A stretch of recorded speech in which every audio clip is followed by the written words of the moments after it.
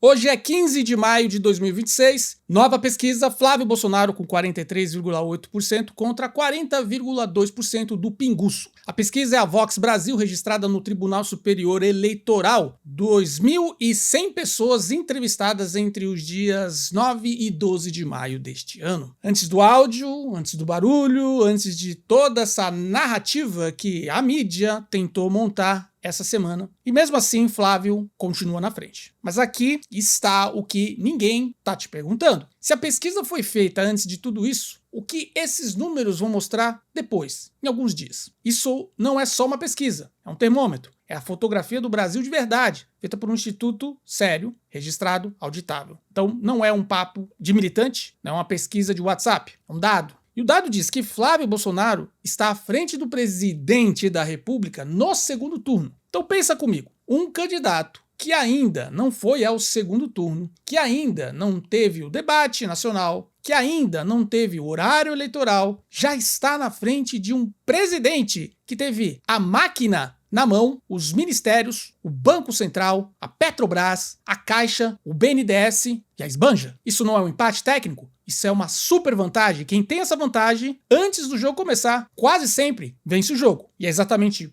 por isso que eu vou te contar agora o que vai acontecer. E pode marcar, pode salvar esse vídeo, porque o que vem a seguir explica porque essa pesquisa vai desaparecer e o que vai ser colocado no lugar dela. Antes, deixa eu te explicar como funciona. Toda vez que os números saem ruins para o governo, e esses saíram muito ruins, existe um roteiro, um protocolo, uma sequência que se repete. É uma mecânica. Primeiro, a mídia ignora a pesquisa ruim. Você não vai ver Flávio na frente estampado no Jornal Nacional. Não vai ver manchete no G1. Alguns dias depois entra uma pesquisa nova. O Datafolha, a Quest, com Lula na frente, ou empatados, ou disparado na frente. Essa pesquisa nova virá com uma manchete, com metodologia diferente, com recorte diferente, com um universo amostral diferente, mas com o resultado que interessa ao governo. Essa pesquisa nova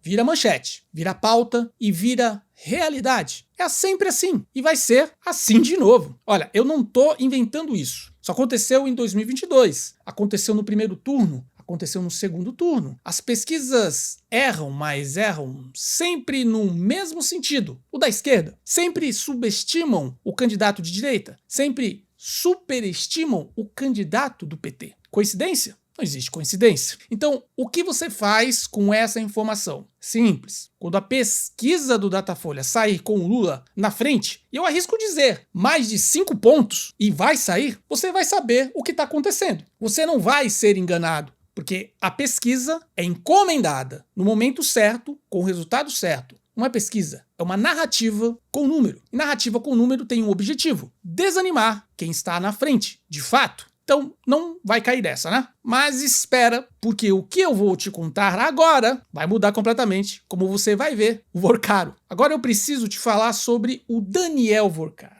A Globo passou esses últimos dias usando o nome de Daniel Vorcaro como se fosse uma bomba atômica contra Flávio Bolsonaro. O Jornal Nacional entrou, a CNN entrou, todo mundo entrou e possivelmente o Fantástico vai entrar. Mas tem uma informação que nenhum deles te contou, ou somente Flávio Bolsonaro. Daniel Vorcaro, dono do Banco Master, o mesmo Vorcaro que virou vilão da semana, doou 160 milhões para a Globo. 160 milhões de reais via patrocínio do programa do Luciano Huck. A mesma Globo que está tentando destruir Flávio com o nome de Vorcaro recebeu 160 milhões do Vorcaro. Não sou eu que estou dizendo que a Globo protege quem paga. São os fatos, são os números, são os contratos. E tem mais, o Banco Master virou pauta de CPI. Uma CPI para investigar o que aconteceu com os investidores, com os recursos, com toda essa história. E sabe o que o PT fez? O PT está se recusando a assinar a CPI. O partido que passou a semana gritando bloqueou a investigação sobre Vorcaro.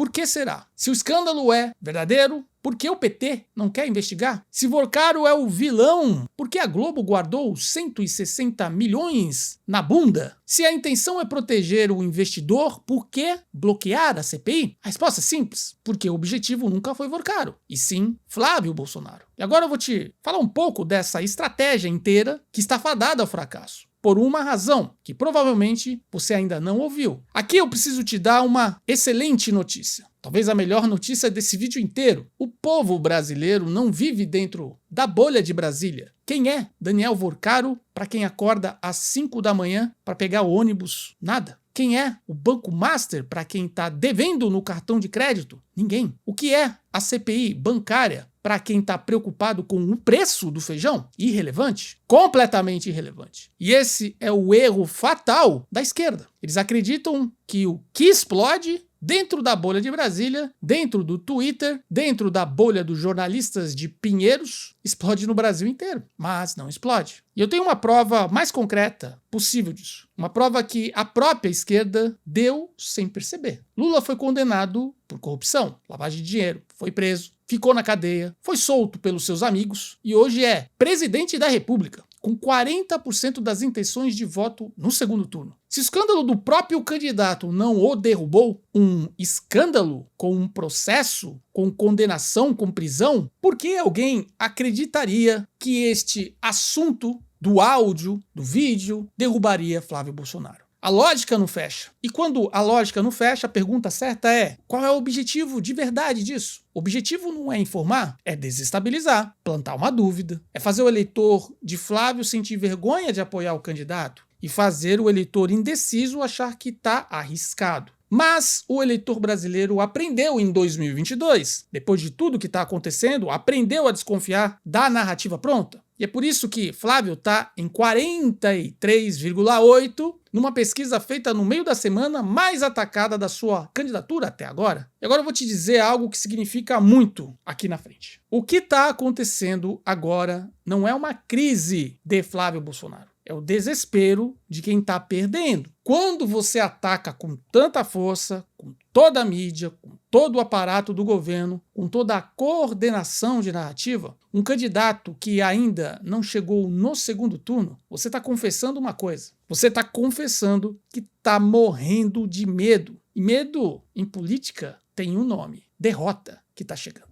A Vox Brasil mostrou o retrato do Brasil de verdade entre os dias 9 e 12 de maio, antes do caos, com toda a estrutura do governo contra um candidato de oposição. Flávio está na frente. Imagina com palanque definido, imagina com horário eleitoral, imagina com o segundo turno. O roteiro está escrito. A questão é se você vai deixar a mídia te convencer ao contrário. Você já tem a minha resposta. Eu tenho certeza que o que vem pela frente será o sucesso de Flávio. Ainda tenho dúvidas se Lula será candidato. Eu costumo dizer aqui no canal que ele é o Lula Biden da Silva. E a Kamala Harris dele, ao que tudo indica, será Geraldo Alckmin. Mas eu quero ler os comentários, saber o que vocês acham de tudo isso. Me fale de onde vocês estão falando. Se você chegou até aqui, vou pedir para que você, de novo, curta o vídeo. Se não é inscrito, se inscreva no canal. Você me ajuda demais. Hoje é sexta-feira. Que você tenha um abençoado final de semana. Que Deus ilumine a sua vida, a vida das pessoas que você ama. Que Deus salve o nosso amado Brasil.